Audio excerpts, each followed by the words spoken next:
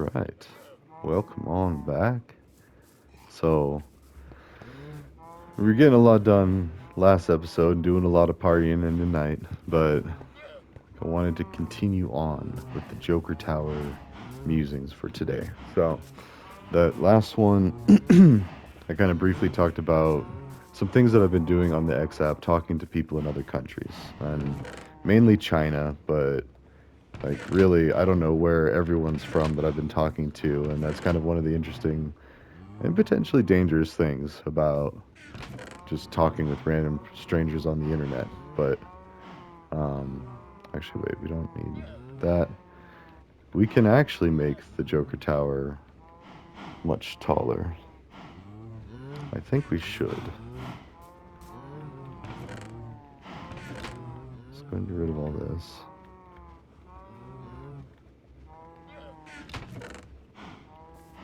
Because, like, ideally, I'd want the bridge connecting it to the ski slope to really be more of like a midway part of the actual building. Like, I don't want it to be the top of the building, as it were.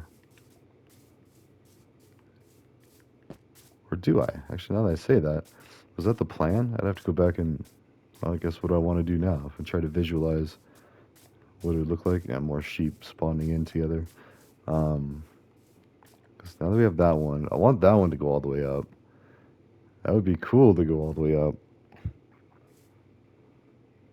And maybe not all the way up.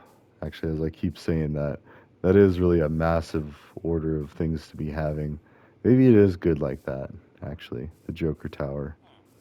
We'll just continue to let's get some resources. First, I'll check to see my storage house. Or actually, as I say that, I think I remember putting some stuff in the armory. Oh, it's already bricked out except for that cobble deep slate. I don't know if that's. Do we have a spinny thing in here? No. We have. I see more cobbled, but I don't know if that. And then this is like a terracotta thing. Oh, look how massive these apples are. I don't know what's going on here.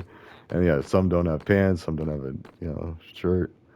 These are like an army of business or riot police with like button up like business casual or even just business attire. No, that looks more like jeans. I think are business casual. So, anyways, they got their swords. Eventually, I'll replace everything with actual weapons and everything. But for now, let us go get.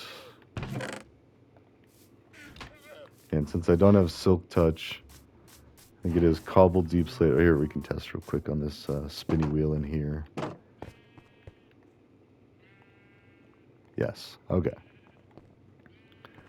And we will go ahead and start putting them here. Oops. Did not mean to get my shovel there. All right, so back to the like, what am I even doing? So it's a multi-pronged approach for global cannabis legalization in efforts of global peace and global security, and also ending like peace in the Middle East too, because as far as I know, actually, sorry, starting out saying that that's doomed to fail. Like, I was in a discussion with some guy that's like, as far as I know, no Muslim has ever condemned terrorist attacks, and it's like, whoa, whoa, whoa, hold on. First off, you can't just speak for an entire group like that. Like, that's and billions of people in the world are Muslim. So it's like you're gonna try to speak for billions of people. All right, let's see. So one, two.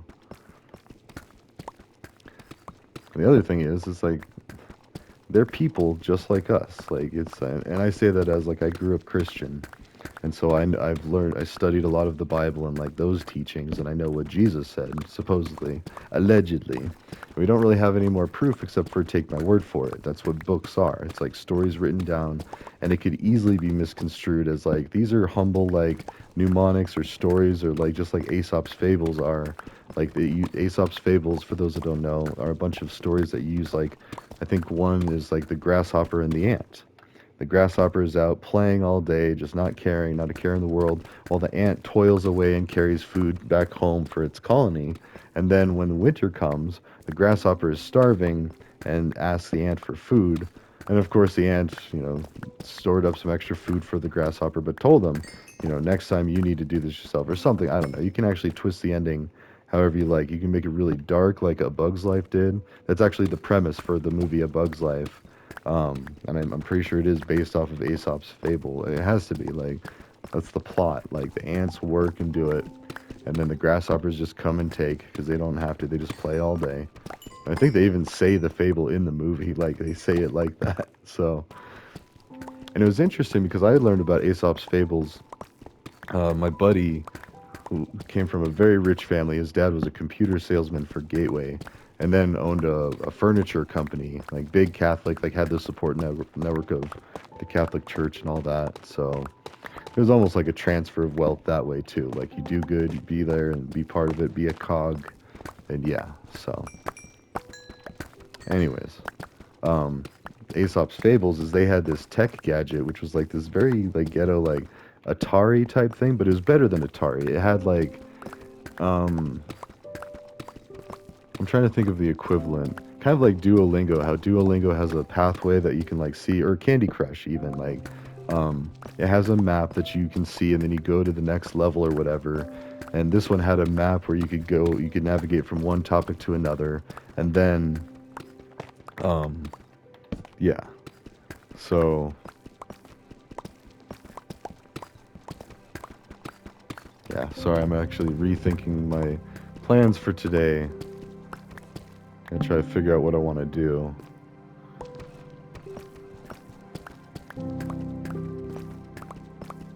Hmm. Anyways, so they had Aesop's Fables, where it was like this game or program, and you could go in and you could see all of Aesop's Fables, and you could roll. And it had this really weird controller that had a roller ball as like the handle thing. Like you moved a ball like a globe, like, and that's how you moved the mouse. And then you had buttons, almost like kind of like a what we have nowadays is like baby toys. How you push like the giant red button for this sound, like the cow sound, or the giant green button for this one, and like kind of like yeah, and this was grade school. So, I mean, and it was just them experimenting with technology and seeing like what was out there, what was on the market. They also had one of the big screen TVs that was like the giant box. That was like basically the size of a wall of a normal house. And in this house, it was a massive like, and in Buena Vista, it was like one of the fanciest houses in the town. And I lived in the ghetto rental house that shared a backyard with it. So I got to see how the other side lived with wealthy people, and we were very close and all that. And then so anyways, so that was a little bit of that. So I learned about Aesop's fables while learning about the Bible and growing up and doing all that stuff. And so I get it, but I've also been trying to convince the Pope to legalize weed and showing him examples of how the blood of Christ being alcohol has been detrimental to society, and we need to update our understanding that any substance that's recreational in nature could be considered the blood of Christ. Because the point of the blood of Christ is like as you're not partying so much, but as you rejoice and relax and recreate, like these are all words I kind of think mean towards that, not party per se. But of course, partying is what kids will do, like when they're first learning about recreational substances. And the Bible does say, "Don't get drunk." Like it specifically says, "Be wary of drinking too much alcohol." Like the blood of Christ is great, but don't drink, don't overdo it. And that's the same thing people say about weed, like in legal states. I mean, if you go to a pot shop or a dispensary and you go to try to, talk to somebody about it, they will say, well, this is this and that, and they usually give you a safety chat or like, or it's on the label, like this, and they like have it clearly um, displayed, like potencies, types, like the what, and and they love to talk to you. Although, as I say that, I think you actually have to ask the questions. They don't do that as a blanket, like, be careful and all this. But, if there were to be any cannabis advertising, it would most certainly include, please use responsibly. And even then, like, it's gonna become a common joke, like people just looking at each other, be like, all right, make sure you use that responsibly, and just laughing and have it yucking it up because it's really easy to do with weed. You just might eat a lot of food. I mean, and you shouldn't drive, but even if you do, like you're going like 5 miles under the speed limit, taking way too long to turn. You probably might miss a couple lights, maybe start some road rage, and that's not cool too. And that's why I say you still shouldn't drive because, yes, you're a lot less dangerous. And there's this study that I post around every time they try to bring up like the dangers of driving and weed. It's like actually, yes, the studies and the science shows that there is an impairment, but it doesn't affect overall quality of driving because they generally err on the side of caution, being overly paranoid, so they end up compensating for the lack of reaction time in an adequate way. It's almost like they're being careful and reacting to their environment, like the human body does, which is funny. So, again, I don't condone driving and smoking. I don't condone being too sleepy and driving. Any impaired driving is not safe driving, and that's fine. I think everybody can agree that they want the roadways to stay safe no matter what we do with drug policy. Like, but the fact of the matter is people are out there doing drugs and drinking anyway. Like, this has not helped one iota, not made one bit of difference.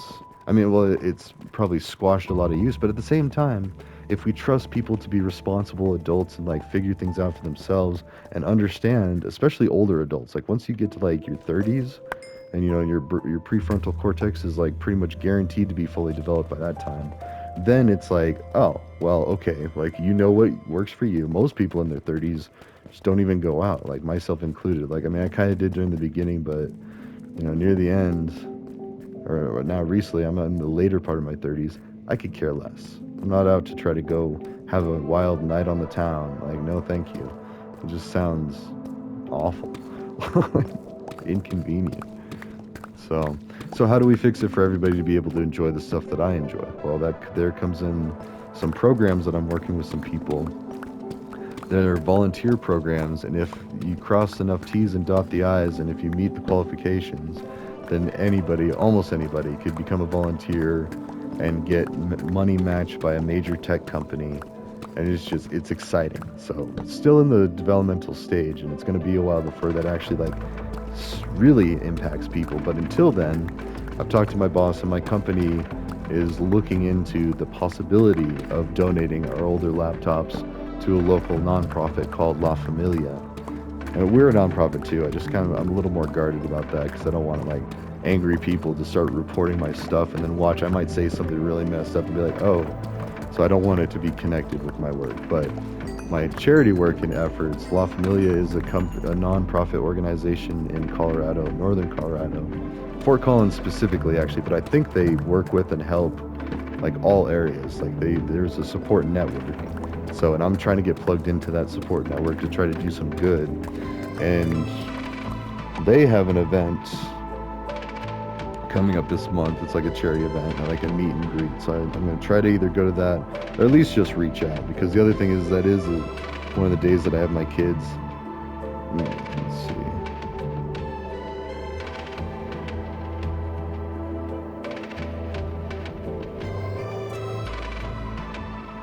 Okay, yeah, sorry, just checking the work thing. But anyways, so exactly, like right there. I mean, I don't want some bitter person, because there is a lot of emotion around prohibition and like society, religion, politics, all that, and understandably so, because there's so many bad things still happening. Like, and we're not there yet. We haven't figured out how to stop the bad things from happening. And a lot of it's still retaliation, like specifically thinking, in the Middle East and the wars and stuff. There's a lot of stuff that goes into all that. There's a lot of reasoning like that. Well, actually, I guess it could be simply put as there's disrespect, there's a history of violence, and then also lack of resources to really have a comfortable home. And nobody likes to move. Like, inertia is like, if you're established in a place and you've got your home, you don't want to just up and leave your home for no reason. Or, well, for any reason, really. Natural disaster or political adjustment or what have you. And I am a little worried about what Trump said about Gaza. Like, he was going to try to clear it out and make it like a billionaire's vacation destination. Like, I don't get it. Like, that just seems openly and blatantly racist and like cleansing and like dangerous and all this. Like, here, not only are we not going to let you stay where you've been living all this time, we're going to convert it into a place that you would never in your life be able to afford, probably aren't even allowed. Like, It's like segregation on a grand scale. America's done this. We went through this. We had segregation where white skinned and then let's see. Actually, I guess I would need to look that up. I don't know what anyone in between. Like there's the distinction of people with dark skin or black, African American, all that. Like there's that clear distinction, and then white was just like okay, European, pasty, all that. This distinction, and there was separate water fountains and everything. It was terrible. It was dehumanizing. It was oppressing these people, and who did nothing but the crime of being born a different color of skin. And even that has been debunked as far as any actual significant differences of people. Neil deGrasse Tyson put out this study that we were only so much percent physically different from each other on a physical level. So, I don't know. And that's what gets me is like, and having talked and hung out with and well, especially partied. When you party with somebody and there's drinking going on, you get to having some heart to hearts. And like you start like getting past some barriers of, like trying to be guarded and protect yourself against other people, like for safety and whatnot. So, I don't know. And living with Saudis as I did, like I learned that they're just the same as us people. Like they have the same concerns, worries, thoughts, everything. Like their religion is almost the exact same too. Like it might not have the same words, but the same undertones and meanings and lessons. It's like Aesop's fables. It's people trying to tell other people how to live and what to look out for. Now, what to look out for, I mean, that's been other religions up until, and even including now to a point. Sorry, my knee's all acting up. Getting older. Ugh. So, but anyways, and now is no different. Look at like we're talking about taking a bunch of people who are inhabiting an area, living there. That's their home. And we're talking about just, all right, we're just going to move all of you out of here and we're going to make it a really nice resort. How about that? It's like, it's adding insult to injury. Like you're mocking them, like by turning their place. Why not just turn it into that now and let them stay? Like, that's the racist part. Is like, why are they not good enough to just stay there? And maybe that is part of what they're talking about, like making a promised land in the Middle East and making it available to both Palestinians and Israelis. And just being like, all right, look, we fixed it up super nice. Everybody's welcome. There's no sneeches with the stars upon theirs. Because that's what it is. Like, it's just because the different skin color automatically means that there's a chance that you have a different religion. And if you have a different religion, then you're part of the quote unquote enemy. And that's what all holy war and jihad has been. And honestly, as I was looking up articles for that guy on XF that said, as far as I know, no Muslim has denounced terrorist attacks and all that. And it's like, and within seconds, I found several examples of Muslim leadership doing exactly that. Prominent people that study Islam and live and worship Islam and like all this and like give advice on what to do, what not to do. Like they're saying, yeah, this is bad, don't be doing it. And then people in the replies were saying, well, a lot of it's the American CIA. And it's like, okay. And I even responded to someone who's like, that's the interesting thing about the Trump administration is Tulsi Gabbard agrees with that statement, saying that the CIA has been previously used to push jihadism and is actually doing the fighting. So we're sending our soldiers to go fight our soldiers just dressed up in different things. And I've seen pictures of people with like, it's showing their tattoos and stuff, like looking like American soldiers just dressed up as like Islamic extremists and just, So I don't know. It's, people are talking, people are communicating. Oh.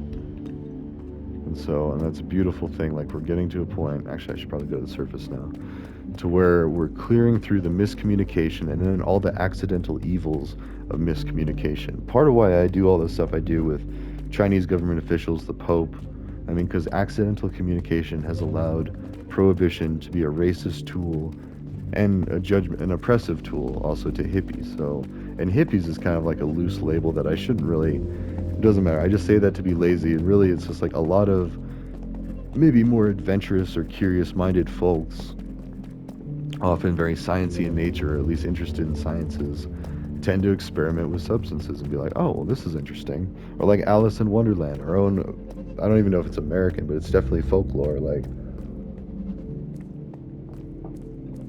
Disney's made some movies about it. And the actual story, I don't know. I think that's a book that was written. That's one of those open domain, and that's another thing I need to do. I want to start making like or an A-Rye Reads channel, or maybe just a playlist. Actually, that's probably the easiest. I'll just do an A-Rye Reads playlist and read the Aesop's Fables if I'm allowed to. I'd read, like, there's a lot of authors and, like, at least American literature that's open domain, open source, or it's public domain, I think is the terminology. But basically, copyright law only applies for so long after you've been alive or dead. And then eventually things become property of the public commons, or the common, yeah, I think it's public commons. But anyways, oh, we got quite a few. Ooh, that's what we should do. We should make like a red room and flaunt some redstone. Okay. We could have it at the Ministry of Peace. And you could also have an overloaded term, the Ministry of Prosperity, and just have it like an emerald building right next to it. I mean, that's still the Joker Tower because it's purple and green. Like, those are Joker colors. Same colors I have on my snowboard. I even call myself MHJ, Mile High Joker, on XApp. I don't say the Mile High Joker part out loud a lot, but if people were to ask, what does MHJ stand for? Then I'd be like, Mile High Joker. As in a Joker from Colorado. Alright, we have quite a bit, but I mean, still, we're going to need a lot more. Let's go ahead and go back and just do a harvest thing. We'll talk about another project. We'll completely switch gears. Actually, let's just dump all this stuff here. I forgot to put that. I don't know. That is lazy. Let's go ahead and...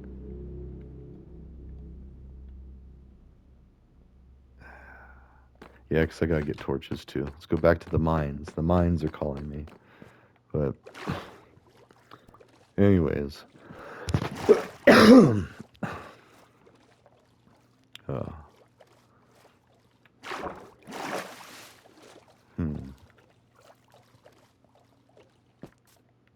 So the projects. So this other thing that I want to start working on. So there's the videos of reading books. I gotta get my hands on the books, which actually I believe there are online copies. So that might not be a thing. Then I could just do like a screen capture, not streaming, just record a video of me reading a book. And then,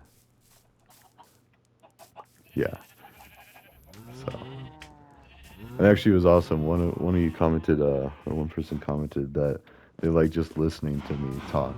And I've actually had that before. I was helping doing some IT support, and this one student just turns to me and she's just like, I hope you don't take this the wrong way. I hope this doesn't sound weird, but your voice is just really comforting. I was like, oh, thank you. I mean, it wasn't meant as like a flirtatious thing or anything. It was just like, wow, you know, your voice is deep and like calm and, you know, not panicked. I don't know. I am calm. I'm very calm. I don't think you could get more calm than me. Oh, we burning that? Oh, wait, what? That doesn't work? I thought that worked as fuel. Interesting. I think that's new. Oh, wait. Oh, wait. No, you can't. You can't cook lapis. Never mind. Wow. Yes, you can burn anything.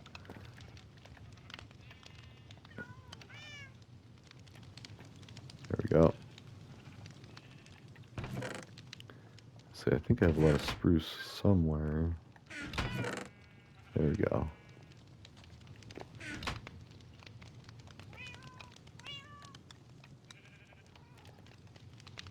So many cats. And I need to get torches. Or coal. Let's go ahead and put... Need to cube that up.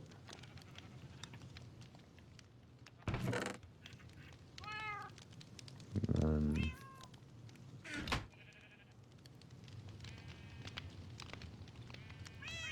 Wait, what was I doing? There. Okay.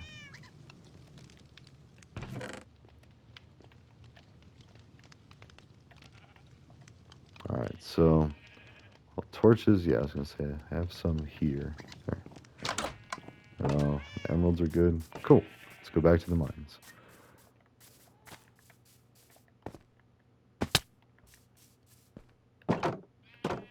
Like eventually I was hoping to have like an A-Rye for kids channel where teaching everything from how to tie your shoes to reading to, you know, um, handling your emotions, knowing when you just need a snack if you're getting upset. You know, all the things that I did raising my own kids and teaching them. And they're two of the most chill kiddos, like very chill, like very empathetic, very kind, considerate. I love it. I'm so proud of them. Not too proud. I keep checking them, like, you know, like, hey, let's keep that in check. You're not the greatest thing to earth. In fact, you're just another person. However, you can do anything you want. Just know that so can anybody. So it's like, and actually, I listened to like this imitation TED Talk thing the other day, and it was there was this interesting part. One of the talkers talked about this duality, and I'm trying to remember like who it actually was, like a prominent Jewish citizen or not citizen, sorry, a prominent Jewish person that everybody's a citizen of somewhere. So that's why I meant like that doesn't really matter. That almost implies like I mean that it's important that they were American when I don't know if they were. So, anyways, this person and had a saying in the left pocket that was this Jewish phrase about that would humble you. Or no. The first one she said was it was this Jewish phrase that would empower you and be like, you know, cheer up. You know, you were capable, or the world was made for you, I think was what the actual quote was. But I mean, but it was basically like trying to be a positive message, like, you know, go for it, encouragement, do the things, be the good you want to do, like, you know, the world's your oyster, like that kind of thing. And then the other pocket said, we were all but dust, and dust we shall return, or something like that. And that's actually, there's a Christian thing, which a lot of Christianity is built off of Judaism and Hebrew and all that. And so, like, the Old Testament, I think, is even kind of. So, again, religion is all kind of intertwined and very similar. It's just, it splits hairs about certain things and then interpretations and communications. So, but I just really like the idea of having a message on one side, the duality of it. Like, boost that ego, give you empowerment and all that.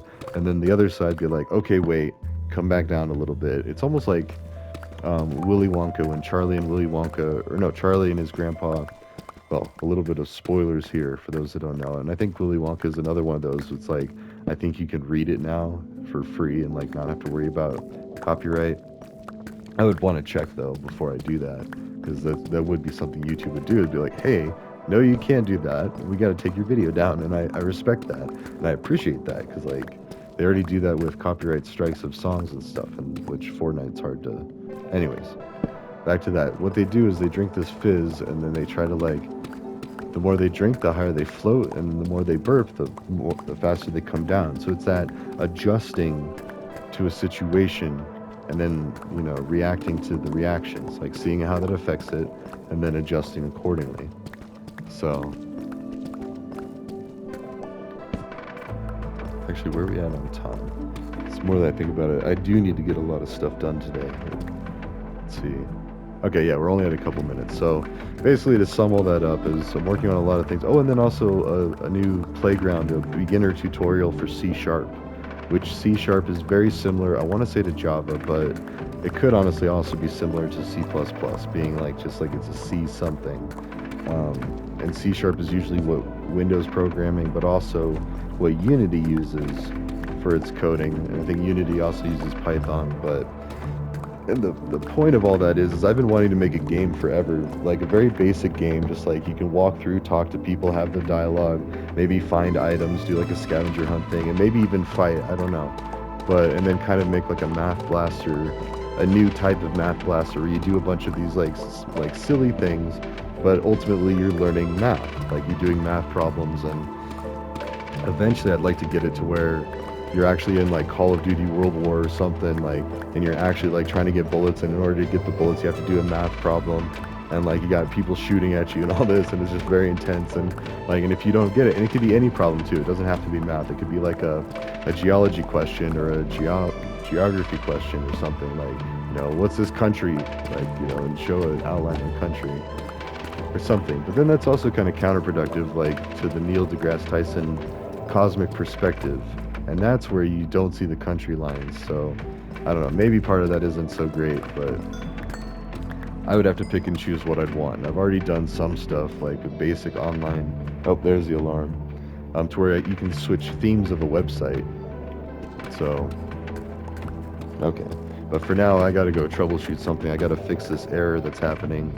And that's kind of why I wanted to jump on here and do these things. I needed to kind of take a break, step away from a problem, and then kind of come back at it because I need to figure out why a system is behaving in a particular way. And I need to resolve an error. So, basically, administering systems and fixing problems. A problem solver without a revolver. Oh, that's so cringe. But there's a hip hop lyric saying, I got a problem solver and his name is Revolver. First off, his name, or maybe it's its name, I don't know. Could have been gender neutral. And when people hear that, sorry, one last thing and then I'll go. People hear that and they think, oh gosh, automatically like the certain things.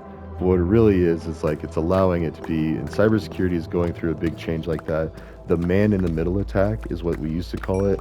Person in the middle attack is now what we call it because a lot of hackers are women. Shocker.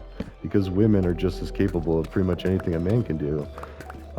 With small exceptions like on average construction and the more labor intensive jobs. But even then, like there were a lot of women that worked with me on the graveyard shift building wind turbine blades, and guess what? They kept right on up with a lot of the men. So it's like it really still comes down to your health, exercise, how well you're taking care of yourself, and then women can still do any job a man can do. It's just on average, it's easier the way we're built and muscles and all that. But then on average, it's a lot easier for the nurturing and the motherly aspect of. So that's as far as I'll get. I probably shouldn't have even started getting into that because that is a whole lot of thing, and I don't mean to be disrespectful to any party that way. There are a lot of misunderstandings, and we need to rectify the massive overdue patriarchy adjustment. And by that, maybe have like, I don't know, 47 women presidents, or even just have one woman president. See how things go. So, anyways, ta-ta for now. I'll see you in the next one. And just be kind. The golden rule. Treat others as you want them to treat you. All right, I'm going to go fix this bug. Ta-ta.